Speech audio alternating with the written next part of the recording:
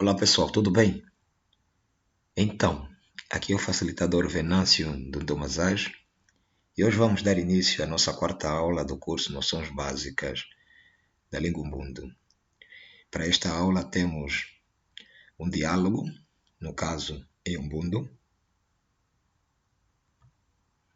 Então, antes de mais, permitam-me dizer-vos que esse é um diálogo informal entre dois jovens que encontraram-se numa via pública.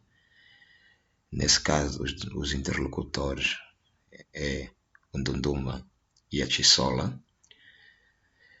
E eu vou ler para vocês o diálogo simplesmente em Umbundo, ok? Também será uma forma para que vocês possam, de certa forma, avaliar o conhecimento adquirido nesse curso de noções básicas, considerando, no caso, desde a primeira aula até a esta aula aqui. O diálogo começa da seguinte forma: Ndati ukwetu okasichiwa, amendikasichiwa, ove okasichiwa, amendikasichiwa,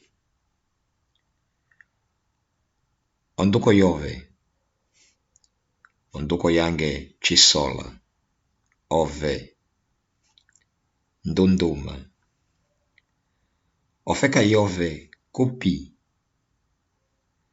ofeka yange Kongola, ove lamevo, Kongola wachitiwila kupi,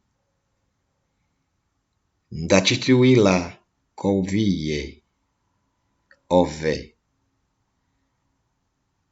amendachitiwila kombala yokofeka. Ocho chiwa,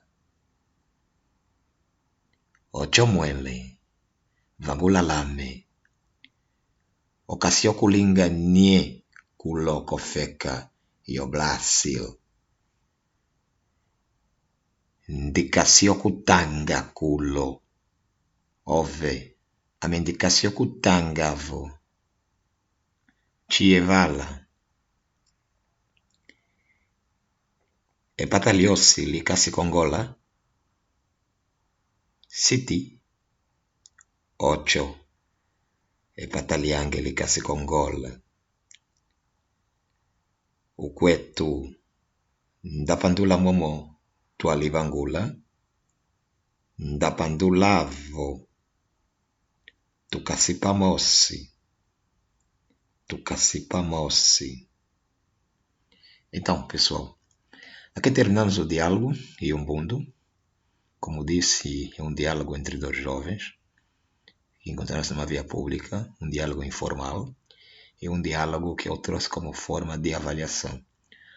Ou seja, para que vocês possam avaliar o conhecimento até aqui adquirido no curso. Para aqueles que eventualmente não entenderam quase nada no diálogo, eu aconselho a reverem desde a primeira aula até a terceira aula. Para aqueles que conseguiram entender parte do diálogo ou todo o diálogo, estão no bom caminho e continuem com os estudos. Até a próxima aula.